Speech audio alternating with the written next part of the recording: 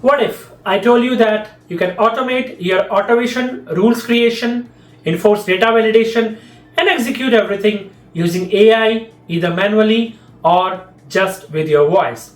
In this video, you will learn how to create automation rules using AI feature, how to set up multiple conditional and data validation rules on different column types, and how to use AI Sidekick to execute and manage everything instantly. Let's dive in.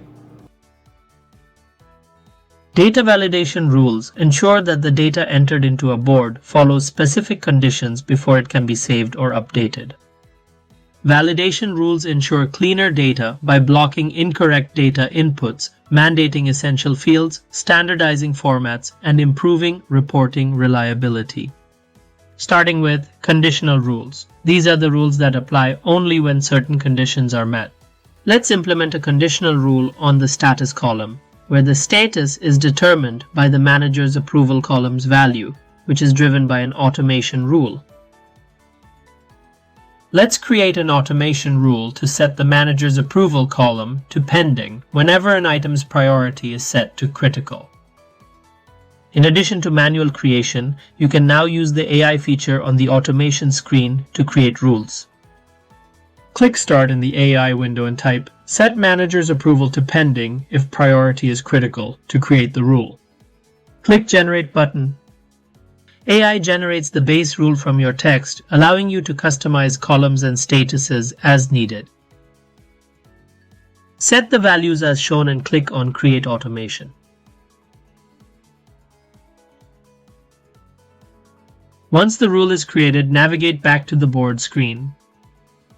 Changing a task's priority to critical triggers an automation that sets the manager's approval column to pending. As mentioned previously in this tutorial, we will apply a conditional rule to the status column based on this output. We will create a conditional rule to prevent setting a task to complete unless the manager's approval status is pending. Once the conditional rule is configured, try changing a task's status to complete. The rule should trigger and prevent this action.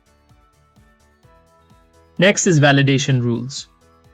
These rules proactively eliminate data entry errors by establishing mandatory validation criteria. Navigate to the column center, pull the email as shown, and place it on the board. Let's implement a validation rule restricting email domains to non.org entries to ensure tasks are assigned exclusively to individuals. After setting up the validation rule, the system will prevent users from entering .org email addresses.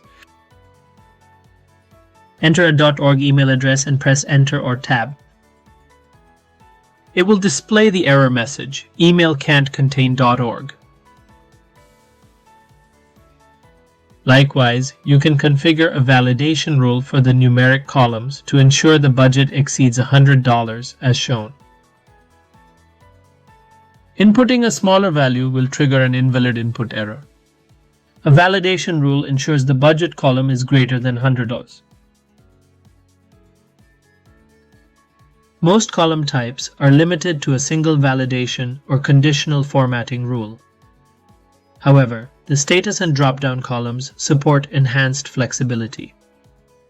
You can set multiple conditional rules, applying a unique condition to each selected label. For this example, we will start by adding a check column from the center column. The first step is to apply multiple rules to the status type column, Manager Approval. You can see that we already have an existing rule where if manager approval is set to pending, then the status of the task cannot be set to complete. Add a new conditional rule. If manager approval is rejected, set task status to on hold. Add another conditional rule. If manager approval is set to approved, mark the check column as checked. Add one final conditional rule. If manager approval is set to pending or rejected, mark the check column as unchecked. Click on Save to activate the rule. To validate the new rules, let's change the manager approval value to rejected for one task. This will trigger the rule and first request that the task status be changed to on hold. Save without changing the status, or try saving with a status other than on hold. One won't be able to proceed further. Update the status to on hold to move forward. Please note that the manager approval status is now rejected. Change the task status to approval to activate the rule, which will automatically prompt to mark the check column. Tick the box and click on Save Changes. A check mark should be placed in the designated column as illustrated. Let's verify the final rule requiring the status to be set to pending or rejected. The rule prompts the user to uncheck the checkbox if manager approval is set to pending or rejected. To proceed further, uncheck the tick mark and save the changes. Let's utilize the AI Sidekick to validate these conditional rules. In the Sidekick window type, set the manager approval value to pending for the task Access Provisioning. AI has set the Access Provisioning task to pending manager approval. To comply with board validation rules, it also unchecked the check column as pending items cannot be marked as completed. Let's try another command in the same AI Sidekick window, where we will try to set the manager approval status to rejected for the above task. AI Sidekick has set the value of manager approval to rejected. Also, the board's validation rules required the status to be changed to on hold when manager approval is rejected, so AI Sidekick has updated that as well.